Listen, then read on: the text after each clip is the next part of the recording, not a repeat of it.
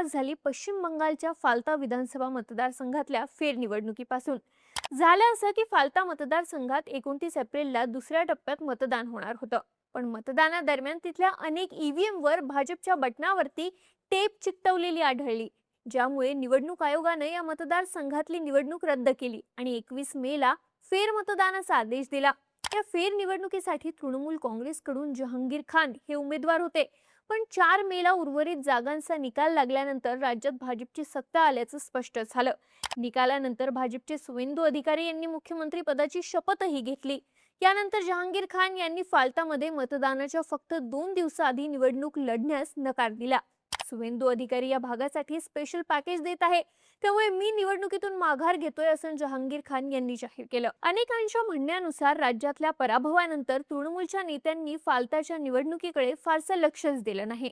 ममता बॅनर्जींसह तृणमूलचा एकही मोठा नेता जहांगीर खान यांच्या प्रचारासाठी आला नाही, त्यामुळेच त्यांनी निवडणुकीतून माघार घेतली। याबाबत तृणमूलचं म्हणणं होतं की जहांगीर खान यांचा निवडणुकीतून माघार घेण्याचा निर्णय वैयक्तिक आहे, पक्षाचा नाही। या घटनेपासूनच ममता बॅनर्जी यांच्या पक्षात सर्व काही ठीक नाही असे संकेत मिळायला लागले होते। 24 मेला फाल्ता विधानसभा निवडणुकीचा निकाल लागला। ही जागा भाजपनं प्रचंड मोठ्या फरकाने जिंकली, ज्यानंतर तृणमूल काँग्रेसमध्ये मोठा भूकंप आला। काकोली घोष टीएमसीच्या खासदार आणि तृणमूल महिला काँग्रेसच्या अध्यक्षा त्यांनी पक्षातल्या आपल्या सर्व पदांचा राजीनामा देण्याची घोषणा केली। काकोली घोष या सुवेंदू अधिकारी यांनी बोलावलेल्या एका बैठकीला उपस्थित होत्या। या बैठकीला जाऊ नका असं तृणमूल काँग्रेसनं त्यांना सांगितलं होतं, पण तरी त्या गेल्या असं आता बोललं जात आहे।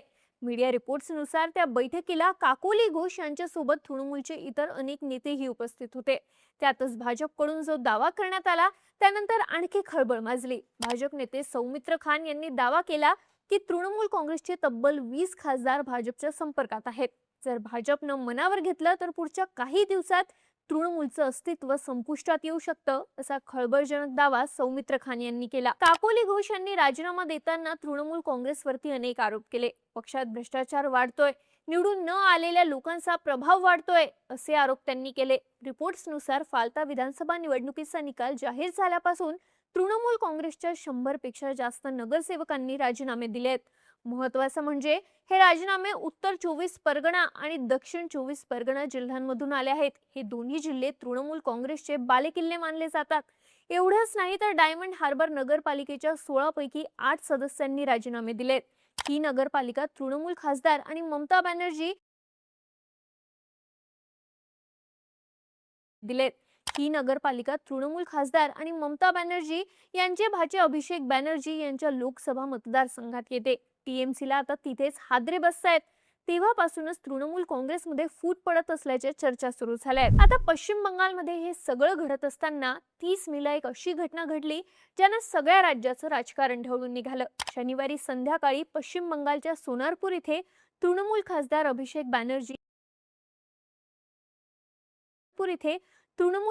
अभिषेक बॅनर्जी यांच्यावरती हल्ला झाला।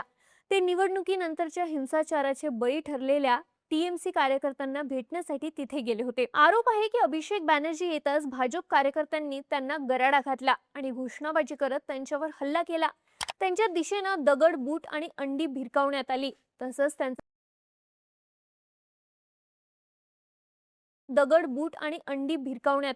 तसंच त्यांचा शर्टही फाडला। त्यानंतर अभिषेक यांना डोक्यावर हेल्मेट घालून त्या भागातून बाहेर काढण्यात आलं। अभिषेक बॅनर्जी यांच्यावरच्या या हल्ल्यानंतर तृणमूल काँग्रेसच्या आणखी एका खासदारावरती हल्ला झाला। टीएमसीचे खासदार कल्याण बॅनर्जी यांनी रविवारी आरोप केला की भाजप समर्थकांनी पोलीस ठाण्याबाहेर त्यांच्यावर हल्ला केला आणि त्यांना जखमी केलं। कल्याण बॅनर्जी हे हुगळी इथे निवडणुकीनंतर पक्षाच्या कार्यकर्त्यांना करण्यात आलेल्या अटकेच्या विरोधात पोलीस ठाण्यात गेले होते। त्यावेळी जमावानं त्यांना गराडा घातला। या संपूर्ण घटनेचा एक व्हिडिओ समोर आलाय। व्हिडिओमध्ये सुरुवातीला कल्याण बॅनर्जी पोलीस ठाण्याबाहेर घोषणाबाजी करताना दिसतात।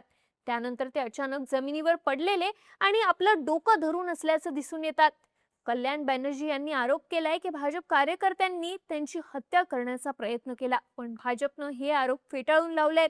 कल्याण बॅनर्जी ड्रामा करत असल्याचं भाजपनं म्हटलंय. या दोन घटनांमुळे पश्चिम बंगालमधलं राजकारण चांगलंच तापलं. त्यानंतर ममता बॅनर्जी यांनी रविवारी दुपारी राज्यातल्या आपल्या सर्व 80 आमदारांची एक बैठक बोलावली.